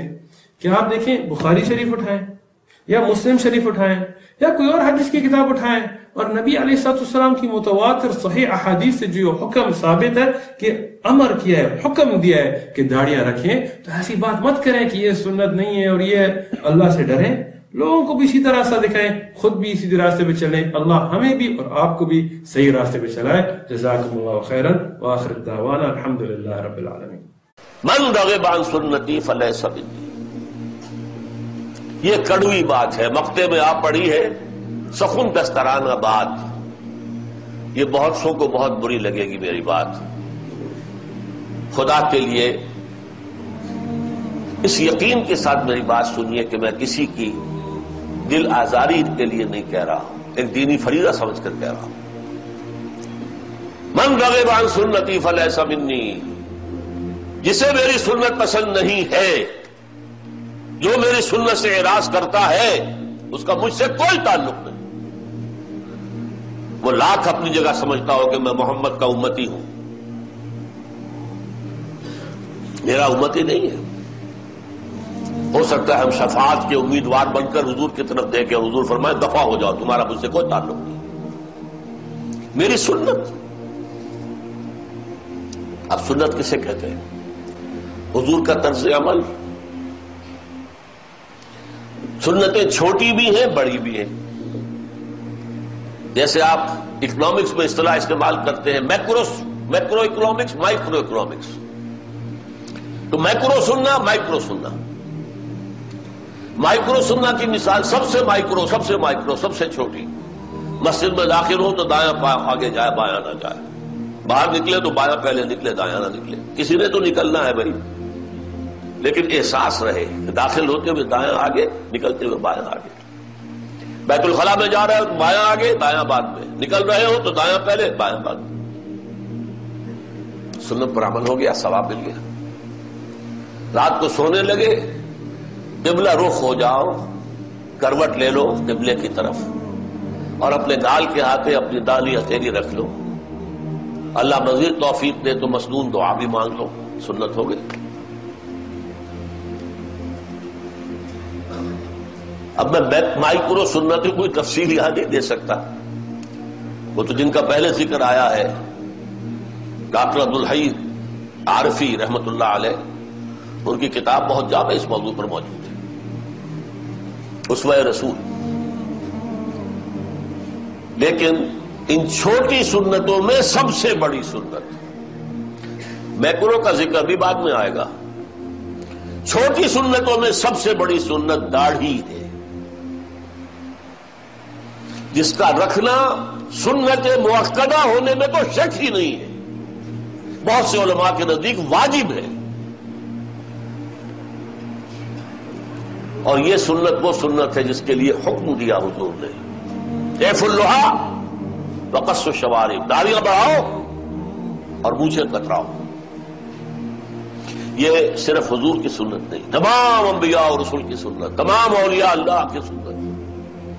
وہ 11ویں والے بھی اگر ہیں تو ان کی بھی سنت تھی. 11ویں دینے والوں وہ سنت والے تو نہیں ہوتے، وہ 11ویں دے رہے ہیں بس. اچھا، یہ سنت ایسی عجیب ہے کہ ہے تو ہر دم ہے اور نہیں ہے تو یکسر نہیں ہے. بعض سنتیں ایسی بھی ہوتی کبھی رہ گئی. فرض کیجئے ظہر کی پہلی 4 سنتیں رہ گئی اور آپ کو جلدی بھی ہے کسی کام میں، تو اگر رہ گئی کوئی بات نہیں ہے، سنت ہے، کبھی رہ جائے، اکثر آپ پڑھیں. یہ سنت ہے کہ ہے تو ہمہ وقت ہے اور ہے نہیں تو زیرو.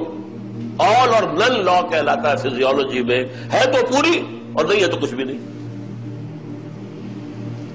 یہ مسلمان کی پہچان ہے، مسنون سنت، مسنون داڑھی ہے. دور سے آپ کو پتہ لگے گا یہ مسلمان آ رہا ہے، ورنہ کیا پتا کوئی عیسائی ہے، کوئی بدھ مت کا آدمی ہے، کوئی ہندو ہے، کون ہے، کیا پتا. یہ ہماری پہچان ہے.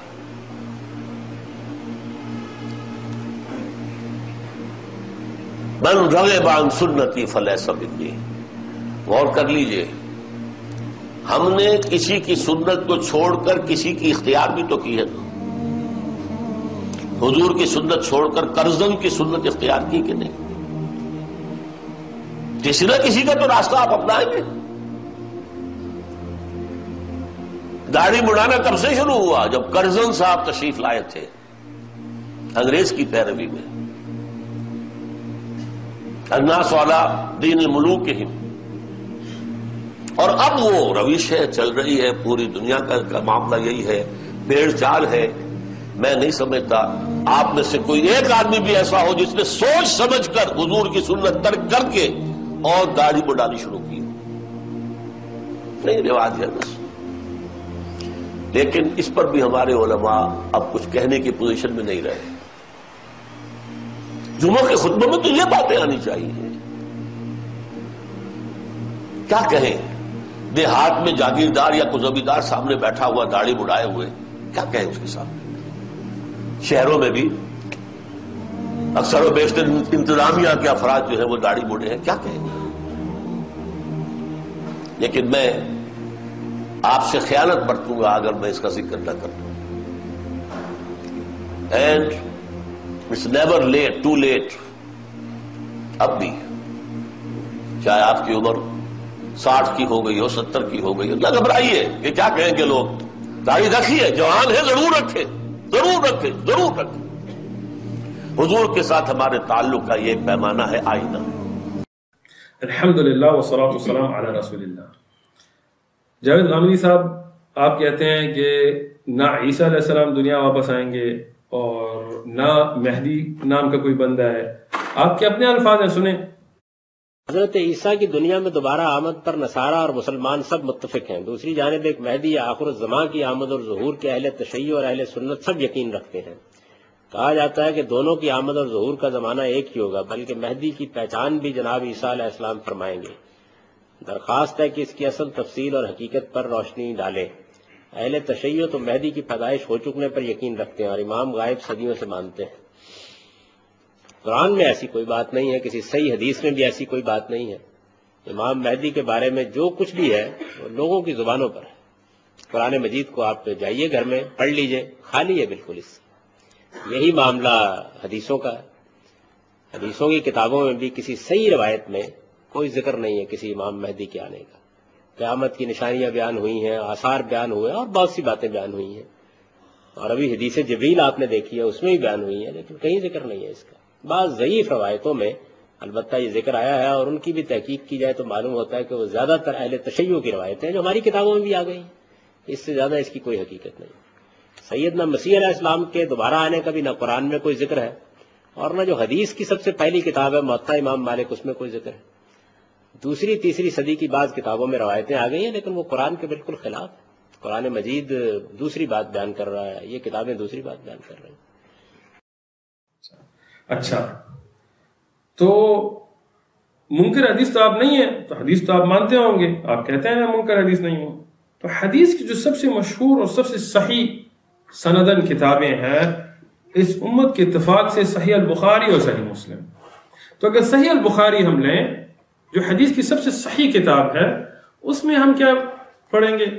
اس میں ہم دیکھتے ہیں کہ سند کے ساتھ, نہ اس میں کوئی رافضہ نہ شیعہ نہ کوئی ایسی کوئی بات ہے, بخاری کی روایت کے ساتھ ہمارے پیارے رسول اللہ صلی اللہ علیہ وسلم نے فرمایا الذی نفس بیدہ لا یشکن ان ینزل فیکم ابن مریم.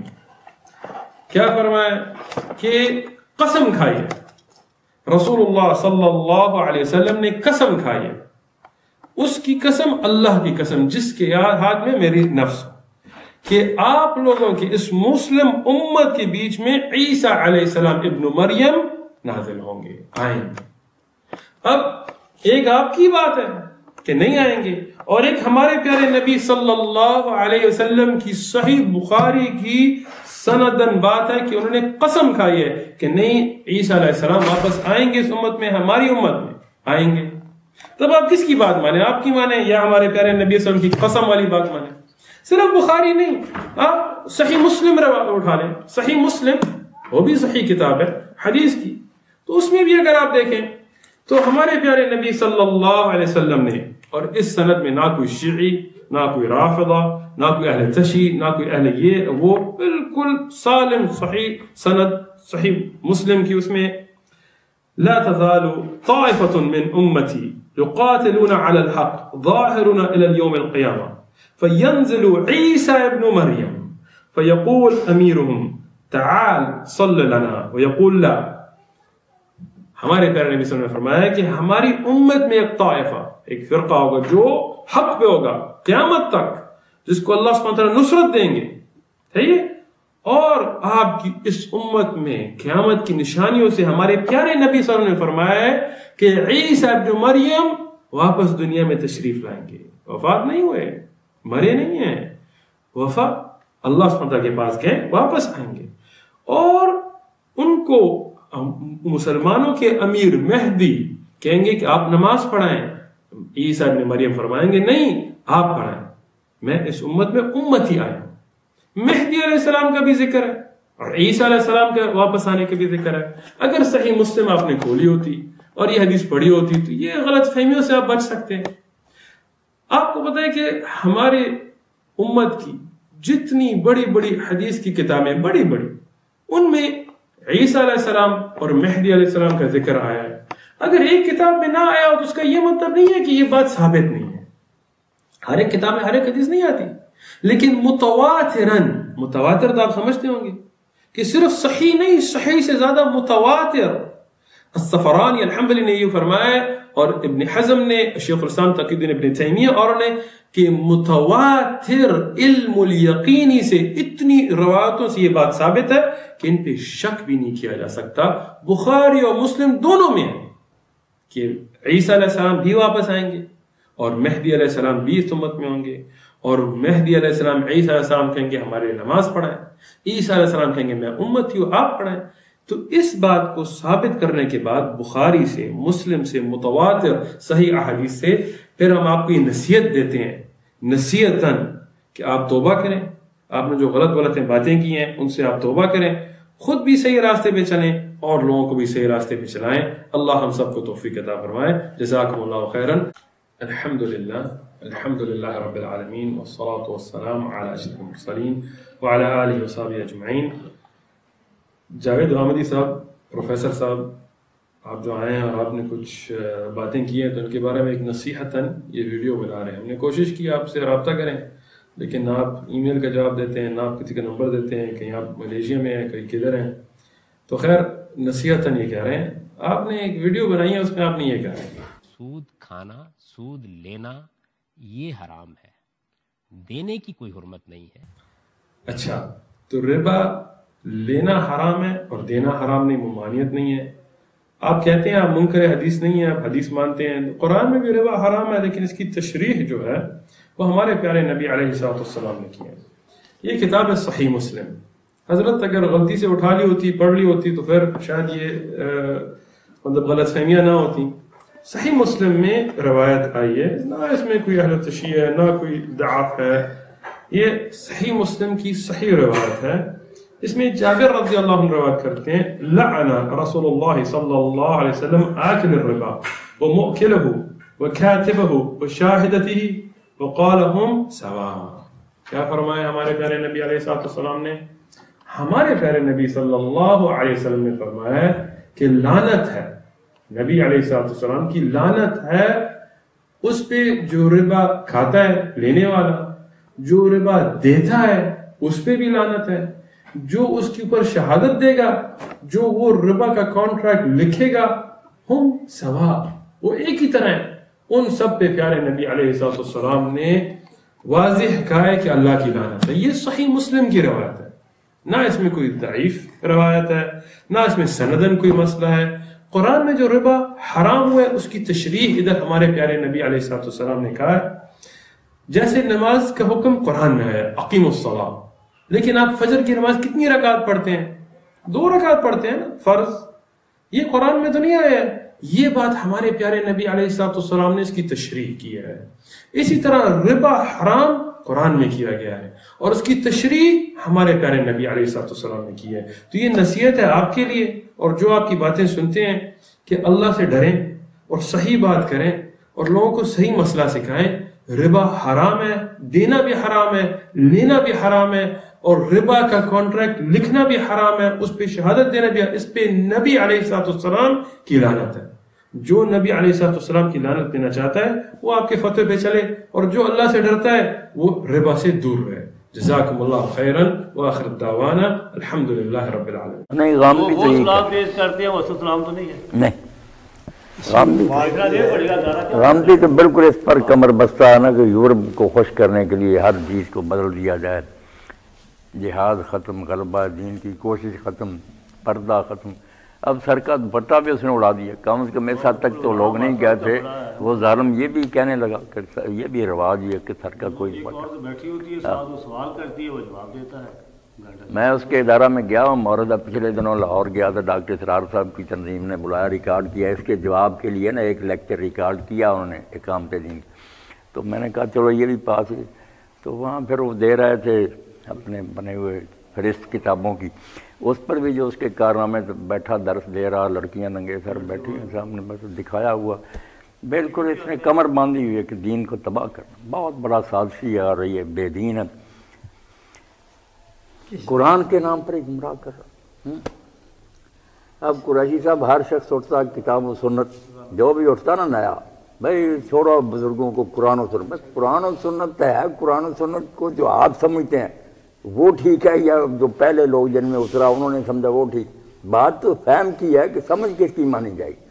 آپ نے 1400 سال کے سارے جو ان کو رد کر دیا، آپ کے بارے میں کیسے سمجھا جائے کہ آپ صحیح کہہ رہے ہیں؟ کوئی اٹھے گا وہ کہہ رہا ہے یہ بھی غلط کہتا ہے، یہ ترجمانی، یہ جو ایک باضابطہ اطفال بن جائے گا، کھیل حکیم صاحب بن جائے گا. گھر اٹھنے والا پہلی عمارت تباہ، نئے سرے سے اینٹ رکھو. دین کے ساتھ ٹھٹھا. بالکل یہ ریاض بڑی سازش ہے اور سرمایہ بڑا ہے. وہاں سب پینٹوں والے آ رہے تھے، اندر میٹنگ تھی، کہہ نہیں ملاقات نہیں ہو سکی، دسمبر میں شاید وقت ملے. پتہ نہیں کون لوگ، جاسوسی نظام ہے وہاں، ہاں بے دینی ہے، کوئی بھی نہیں رنگ نہیں ہوا. قرآن مجید جو ہے سمجھنے کے لیے قرآن مجید کے ساتھ تعلق ہونا چاہیے. یہ نہیں کہ تعلق تو کسی اور چیز سے ہو اور قرآن مجید کو اس ساتھ میں ڈالا جائے جو کہ کہیں اور سے ہم نے لیا ہوا ہے. یہ جو مولانا مودودی کی اور سید قطب کی ہمیں ضرورت پڑتی ہے، وہ اسی وجہ سے پڑتی ہے کہ ہر آدمی جو ہے وہ اے بسائے بلی سادم روئے ہست پس بہر دستے نہ باید داد دست. ہر شخص جو ہے وہ مفسر بن کے بیٹھ جاتا ہے اور وہ اب کس کی تفسیر کو ہم مانیں.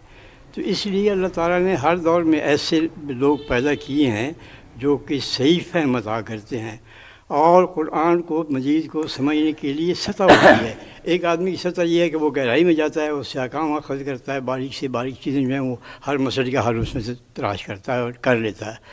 دوسرے آدمی کی وہ سطح نہیں ہے. نبی کریم صلی اللہ علیہ وسلم کے زمانے میں جب قرآن مجید نازل ہوا تھا تو سارے حضرت عمر نہیں تھے، نہ سارے حضرت علی تھے، بلکہ ان کے سامنے قرآن مجید کی تعلیمات آئیں، ان میں اس پہ عمل کیا، وہ سب کچھ اتنی دنیا کے اندر ایک انقلاب برپا ہو گیا. تو یہ ہے ہمیں مولانا مودودی کی ان لوگوں کی ضرورت ہمیشہ ہی رہے گی. ہر زمانے میں کوئی نہ کوئی مودودی ہوگا, کوئی نہ کوئی شیخ قطب ہوگا. علامہ اقبال نے یہ کہا ہے کہ رومی کے بارے میں کہ بطور فتنہ عصر کہون او بطور فتنہ عصر روامن, کہ اس زمانے میں جب کہ یونانیوں کی اس کا زور تھا منطق کا, اس زمانے میں وہ آئے, رومی کو اللہ تعالیٰ نے دیا, اور انہوں نے کہا کہ چند چند حکمت یونانیاں حکمت قرآنیاں رحم بخواہ, اور اس دور میں اللہ تعالیٰ نے مجھے جس کیا ہے. اب وہ دیکھیے کہ علامہ اقبال کے پاس جو آدمی بھی وہ پڑھتا ہے قرآن کی طرف راغب ہوگا, اس نے اور کیا کرنا ہے قرآن کی طرف. تو یہ جو آتے ہیں یہ تو ہمیں قرآن مجید کی طرف لے جانے والے لوگ ہیں, ان کے ہم ممنون ہیں. اللہ تعالیٰ نے جزائے خیر دے. آج آپ دیکھیں کہ قرآن مجید سے یہ آپ تفہیم القرآن کو ایک طرف کر دیں. مجھے بتائیے جدید آدمی کو قرآن مجید سمجھنے کے لیے کون سی تفسیر آپ کے پاس ہے؟ یہ سارے جو ہے نا الہدا وغیرہ لیتے تو ان سے ہی ہیں سارے. ٹیل اویو گزٹ پڑھا دیتا ہوں, آپ گوگل کر لیجئے گا. ٹیل اویو گزٹ ہمیں کس طرح کا اسلام ایکسیپٹیبل ہے. ٹیل اویو گزٹ. نمبر 5 غامدی صاحب. نمبر 4 تبلیغی جماعت. تبلیغی جماعت کو اللہ تعالیٰ استقامت دے, مگر سائیکولوجیکلی انفیریئر نہیں ہے. خود بتاتے ہیں ہمارا تو اسرائیل میں بھی مشن ہے. اسرائیل آپ کا اسلام, آپ کے ورژن کو اسلام کو ایکسیپٹ کر رہا ہے, تو کچھ دال میں تو کالا ہے نا. اسلامک کلیرکس امریکہ میں کھلے عام پھر رہے ہیں, پبلک سپیکنگ کر رہے ہیں, کینیڈا میں کر رہے ہیں, انگلینڈ میں کر رہے ہیں. Everybody loose them. سب جو بھی آپ کو نام پتہ ہے سب کے سب وہ والا اسلام تو سب کو پسند ہے. ون ون, آپ بھی خوش ہم بھی خوش, ورنہ تو کسی کو نہیں جانے دیتا اسرائیل. آپ لوگوں کو جانے دے رہا. میرے نبی علیہ السلام کا ورژن اسلام مکہ کو پسند نہیں آیا تھا, کفار کو بھی نہیں پسند آیا تھا, یہودیوں کو بھی نہیں پسند آیا تھا. شہید کرنے کے در پہ ہو گئے تھے, کئی کوششیں کی, صحابہ کو بھی شہید کرے تھے. وہ والا ورژن آف اسلام کہاں ہے؟ وہ والی نفسیات کہاں ہیں جو کہ حاکمانہ ایٹیٹیوڈ کے ساتھ اپلائی کی جاتی. یہ غلامانہ ایٹیٹیوڈ والا اسلام تو ہر ایک کو پسند آئے گا. میرے نبی علیہ السلام نے تو ون ون والا اسلام نہیں دیا تھا. وہ تو کہہ رہے تھے شروع دن سے کہہ رہے تھے کہ تو بھی خوش ہم بھی خوش, یار تیری بھی ہماری بھی کچھ مان لے, ہم تیری بھی کچھ مان لیتے ہیں. میں ابھی ایک ڈبیٹ میں تھا اسلام آباد میں, یونیورسٹی کے اسٹوڈنٹس, بہت انٹلیکچوئل ڈبیٹ تھی. آئی واز ریئلی ہیپی کہ بچے اس طرح سوچ رہے ہیں. غامدیزم ورسز اس ڈاکٹر اسرار کی فلاسفی کے اوپر ڈبیٹ تھی. Okay. And the fact that Ghamidism also became virus, mushroom growth ہوئی ہے غامدیزم کے اندر بھی. Why do you think that actually happened? We dug it down and we had to open books and I had to present it کہ فراہی صاحب کی جو philosophy تھی وہ تزکیہ نفس کی تھی. صحیح. اور مودودی صاحب کی فلسفی تو نظام کی تھی, صحیح, کلیکٹیو ایفرٹ تھی مودودی صاحب میں. فراہی صاحب کہتے ہیں بس تزکیہ نفس ہو جائے. پیپل رن اوے کہ جب ہمیں کچھ دینا پڑتا ہے, کلیکٹیوزم میں تو دینا پڑتا ہے. تو جتنے بھی آپ غامدی صاحب کے فالوور دیکھیں گے نا, وہ کہیں گے کہ ہاں یہ ٹھیک ہے کیونکہ اس میں دینا کم پڑتا ہے. اینڈ میں آ کے صوفیزم اور اس کی ڈیبیٹ میں پڑھیں گے وہ لیٹر آن. اگر کسی نے واقعی ریسرچ کی 10 ایک سال غامدیزم پڑھا تو اینڈ میں کہیں گے نہیں صوفی نہیں بننا, کیونکہ تزکیہ نفس تو اصل میں تصوف میں. بہرحال جب انڈیویژولزم کی بات ہوگی نا تو Ghamidi Sahab is the finest card religious satisfaction کے لیے, جو اندر سے آپ کو سکون دے گا کہ اینڈ میں بھی جنت ملے گی اور دنیا میں بھی مجھے کچھ زیادہ دینا نہیں پڑے گا. صحیح. بیکاز بس تزکیہ نفس کر لو, کوئی جہاد وغیرہ کچھ نہیں, کوئی زیادہ بڑا صدقہ بھی نہیں, بس تزکیہ نفس کہ میں اپنے اوپر میرا اور اللہ کا تعلق. بالکل ٹھیک. دیٹس وائی کہ وہ اٹریکٹ کر رہے ہیں. True. That has to be more attractive because نظام ہے جو کہ اللہ تعالیٰ نے جسم اس لیے نہیں دیا تھا کہ اس کی خواہش پوری کی جائے. جسم اس لیے دیا تھا کہ اس میں سے خواہشیں دیکھی جائیں, کون کون سی خواہشیں پوری کرتا ہے.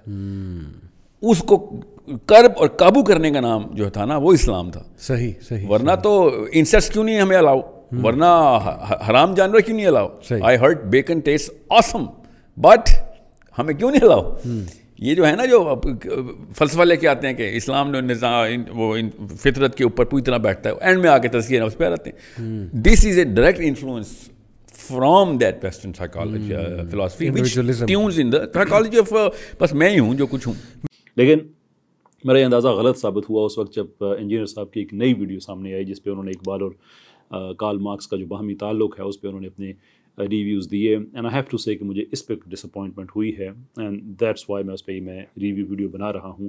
اور میں مزید 10 سیکنڈ آپ کے لوں گا اس پہ کہ میں کیوں بنا رہا ہوں, ڈسپائٹ دا فیکٹ کہ میں اسلامک اسکالرز پہ بات نہیں کرتا.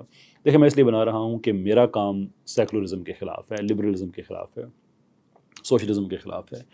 تو انجینئر صاحب کی بہت سی باتیں ایسی ہیں جو سیکولرزم کے کافی نزدیک آ کے گنی, جو انہوں نے ایک سیریز آف پوڈ کاسٹ کی پاکستان کے لیفٹ سے یا لبرل طبقے سے.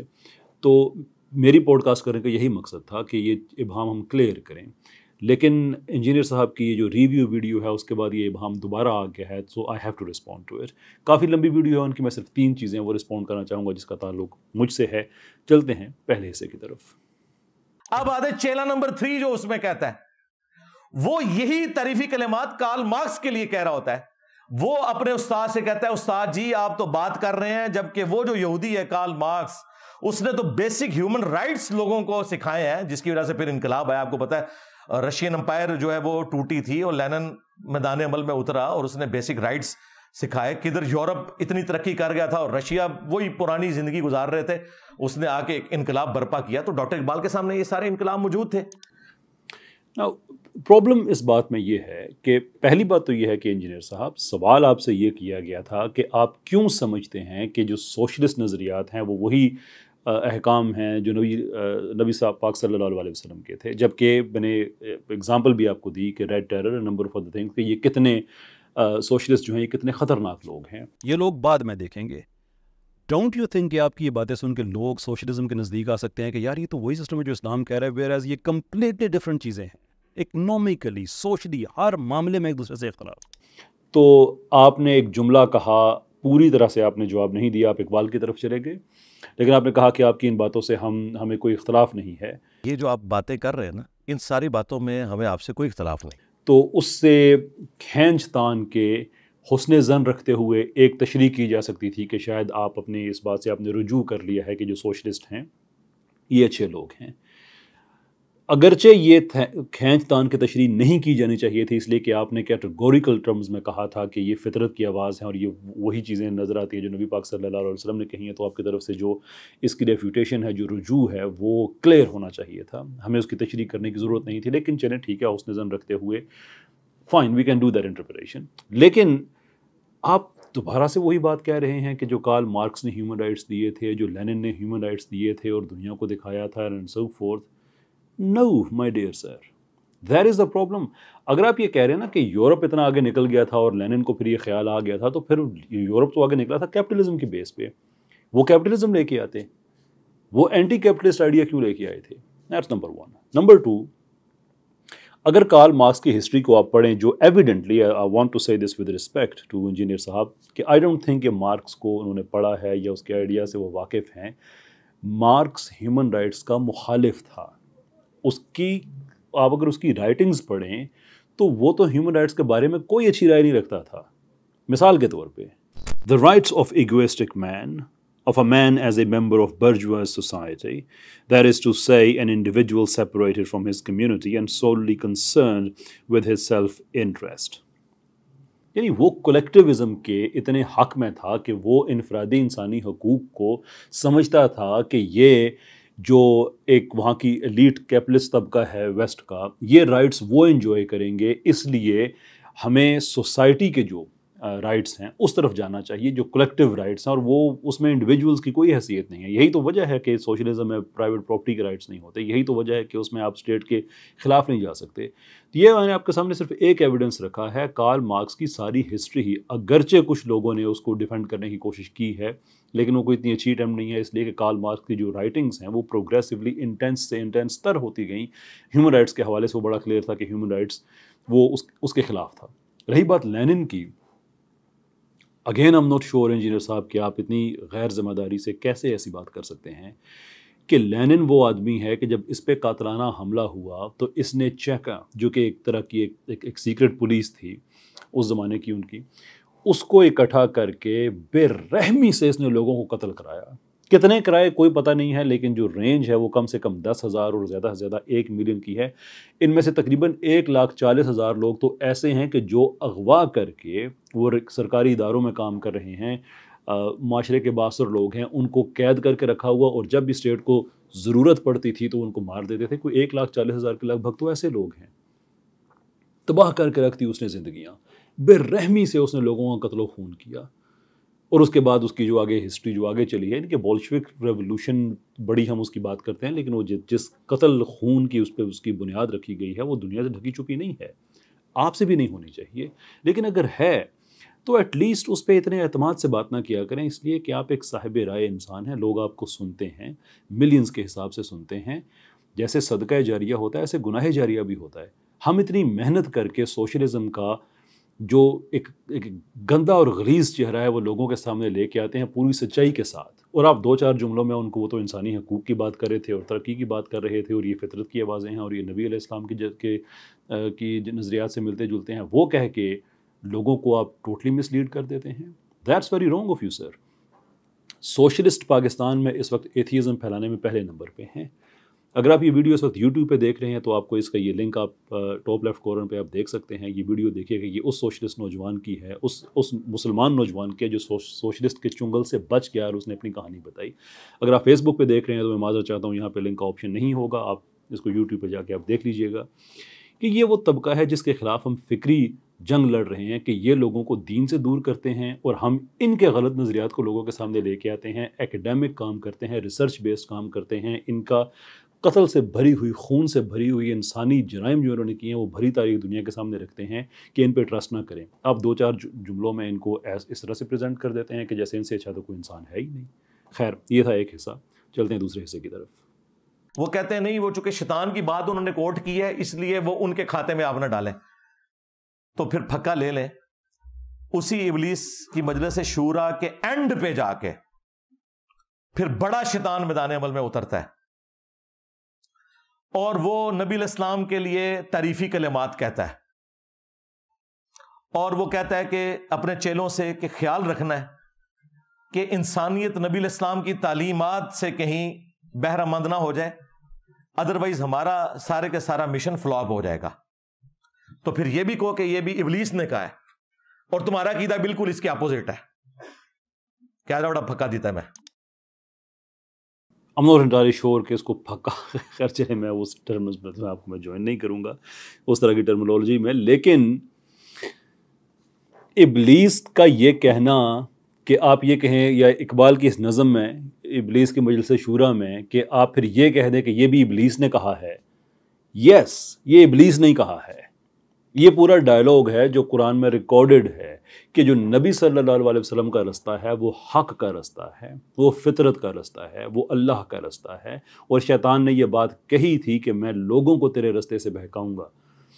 تو یہ شیطان نے تو بات کہی ہوئی ہے. اس میں پھکا یا واٹ ایور جو بھی اس کا اچھا الزامی جواب کچھ بھی کہہ لیں، اس میں وہ پہلو کہاں سے نکال لیا آپ نے. اور جو تیسرے اس کے جو مشیر کا ہے کہ اس کے مشیر کی بات کو اس کے مشیر کی بات کے طور پہ اس لیے لیا جائے گا کہ آپ یہ تو اقبال سے توقع نہیں کر سکتے کہ وہ یہ کہہ رہے ہوں کہ جو کارل مارکس کے رستے پہ چل رہا ہے وہ بھی شیطان کے خلاف ہے، اور جو نبی صلی اللہ علیہ وسلم کے رستے پہ چل رہا ہے وہ بھی شیطان کے خلاف ہے.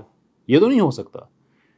وہ جو اقبال جو اشارہ کر رہے ہیں وہ ابلیس کو یہ بتا، اس زمانے کے حساب سے اقبال نے جو باتیں کہیں وہ کارل مارکس کی وہ باتیں ہیں جو کیپٹلزم کے خلاف ہیں، اور یہ بات ذہن میں رہنی چاہیے. ہمارے سوشلسٹ یہ بات نہیں بتاتے. میں تکبر سے نہیں کہوں گا کہ میں ان سے زیادہ جانتا ہوں، لیکن میرا گمان ہے اور میں اس میں غلط ہو سکتا ہوں کہ میرا خیال ہے کہ ہمارے سوشلسٹ کو یہ بات نہیں پتہ، اور جو کمیونسٹ ہیں ان کو، کہ کارل مارکس بنیادی طور پہ اس نے کوئی بڑا پاورفل مقدمہ سوشلزم یا کمیونزم کا نہیں دیا تھا. اس کی کوئی کتاب سوشلزم پہ نہیں ہے، کوئی کتاب کمیونزم پہ نہیں ہے. اس کی زندگی کا زیادہ کام کیپٹلزم کی کرٹیک پہ رہا ہے، اور وہ بڑی ویلڈ کرٹیک ہے. اس نے کمیونسٹ مینیفیسٹو ضرور لکھا اینگلز کے ساتھ مل کے، لیکن وہ کوئی تقریباً کوئی 30 صفحات کے لگ بھگ کا ایک ڈاکومنٹ ہے. کوئی ایسی اس میں کوئی پاورفل آئیڈیالوجی نہیں ہے جس سے وہ ہر چیز ایکسپلین ہوتی ہے اور اس کے آئیڈیاز پہ کو لوگوں نے ایز اٹ از امپلیمنٹ کر دیا ہو. تو جو اس کی کرٹیسزم ہے، اس کا جو کرٹیک ہے کیپٹلزم پہ، وہ تو کوئی بیلنس ذہن کا آدمی ہے جب آپ اس کو دیکھیں گے، اس کو پڑھے گا تو کہے گا کہ واقعی بات تو بالکل ٹھیک ہے. تو دیر از نو ٹو سے کہ اقبال یہ کہہ رہے ہیں کہ وہ شیطان کے رستے میں آیا ہوا تھا. تو اگر یہی ہوتا تو بعد میں پھر نبی پاک صلی اللہ علیہ وسلم کا وہ حوالہ کیوں دیتے؟ اتنا اس کو اوور سمپلیفائی کر لیں تو پھر اب آپ اقبال سے یہ توقع کر رہے ہیں کہ وہ یہ کہہ رہے ہیں کہ آپ کارل مارکس کے رستے پہ چلیں یا نبی پاک صلی اللہ علیہ وسلم کے رستے پہ چلیں، آپ شیطان کے خلاف ہیں. ایسا تو نہیں ہے، جبکہ جب کارل مارکس کا اپنا رستہ ہی جو ہے وہ خدا کے خلاف تھا، ان مینی ویز شیطان کا ہی رستہ تھا. خیر، آخری حصے کی طرف بڑھتے ہیں. وہ متاثر تھے، اس نے جو کتاب لکھی تھی اپنی، اس میں اس نے ڈیموکریسی کے خلاف لکھا تھا چونکہ وہ ڈکٹیٹر تھا. تو اب ڈاکٹر اقبال نے جو جمہوریت کے خلاف اشعار کیے ہیں تو اس میں انہوں نے کہا ہے کہ مرد فرہنگ نے یہ بات ہمیں بتائی ہے، ورنہ دانا اس قسم کی بات نہیں بتایا کرتے کہ جمہوریت ایسا نظام ہے جس میں لوگوں کو گنا جاتا ہے، تولا نہیں جاتا. تو میں نے کہا تھا کہ ڈاکٹر اقبال ہٹلر سے متاثر ہیں. اب وہ جب ان کو کچھ نہیں بنا تو اب نیائی پخ چھوڑی. وہ کہتے ہیں نہیں وہ ہٹلر نہیں, کوئی اور فرینچ کوئی اسکالر تھا, کوئی فرینچ فلاسفر تھا, اس سے متاثر ہوئے تھے. یار لگتے مشکار ہی ہے نا, اللہ دے بندے ہو. یہ بات میری ہنری بیل جو اسٹینڈل کے نام سے مشہور تھے فرینچ فلاسفر, یہ انہوں نے کہی تھی. لیکن انجینئر صاحب آپ کی بات کی سمری یہ ہے کہ میں نے غلطی کی ہے لیکن تم نے میری غلطی نکال کے تو اچھا نہیں کیا ہے, کیونکہ میری اپنی بات وہی پہ ہے کہ اقبال جو ہے وہ جمہوریت کے خلاف تھے. وہ دونوں ہی باتیں غلط ہیں. اگر انسان سے غلطی ہو جاتی ہے تو وہ کہہ سکتا ہے کہ بھائی غلطی ہو گئی ہے, دیٹس فائن. غلطی نکالنے والے کو نہیں رگیدا جاتا, بلکہ آپ نے غلط کہا ہے تو آپ نے غلط کہا ہے. رہی بات یہ کہ کیا اقبال جمہوریت کے خلاف تھے, نہیں, اقبال جمہوریت کے خلاف نہیں تھے.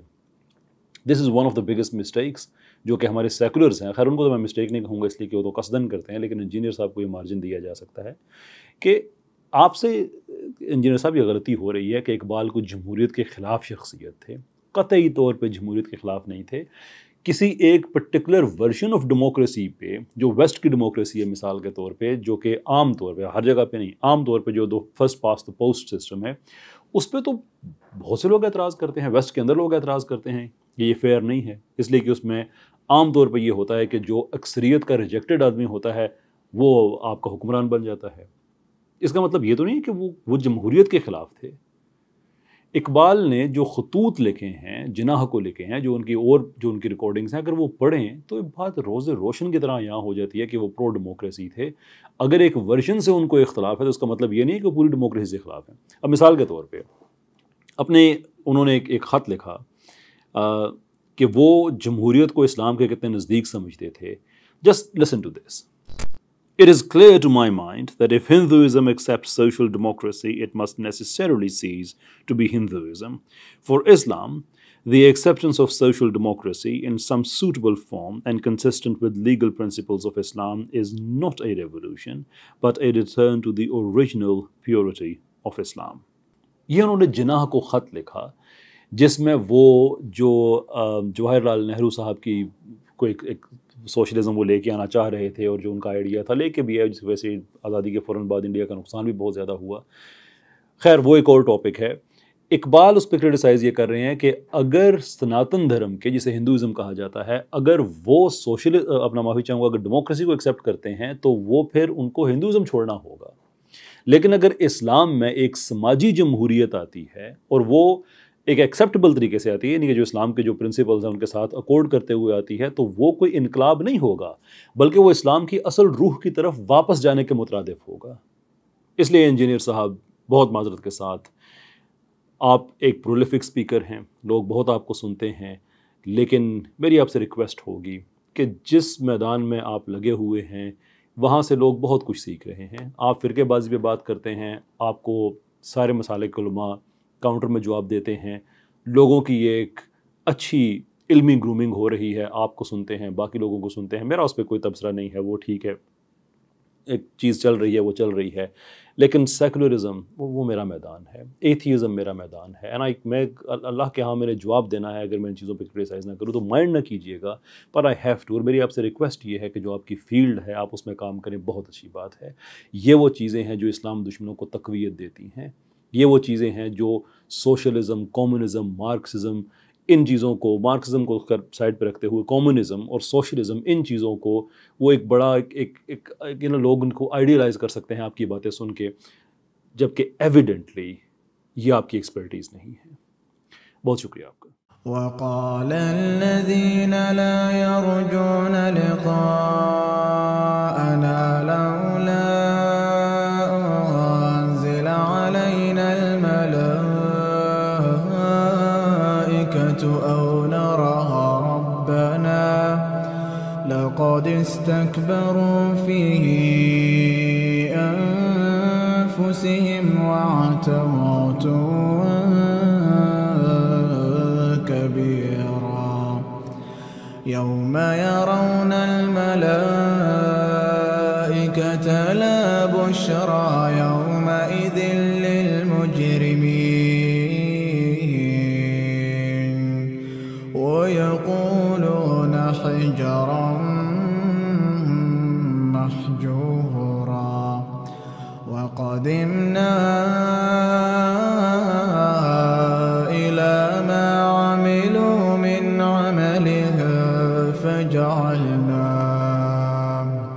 فجعلناه هباء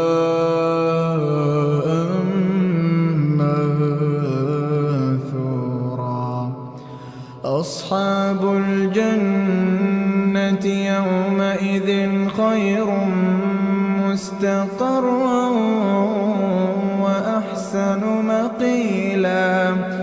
ويوم تشقق السماء بالغمام ونزل الملائكة تنزيلا. الملك يومئذ الحق للرحمن. الملك يومئذ الحق للرحمن. الملك يومئذ الحق للرحمن. وكان يوما على الكافرين عسيرا. ويوم يعض الظالم على يديه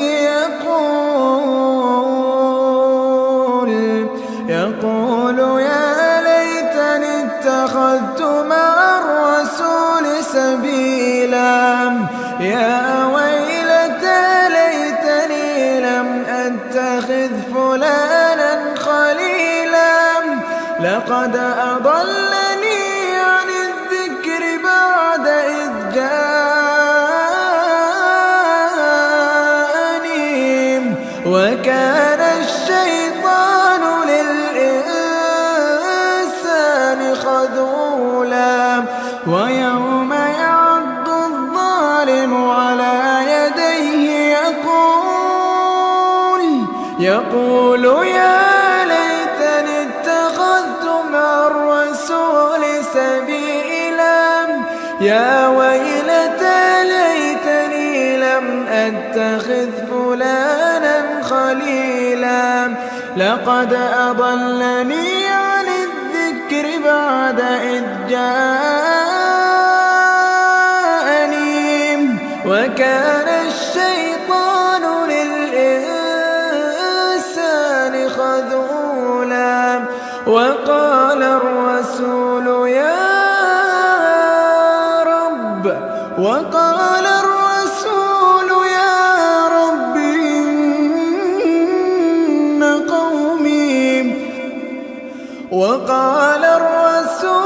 يا رب إن قومي اتخذوا هذا القرآن مهجورا.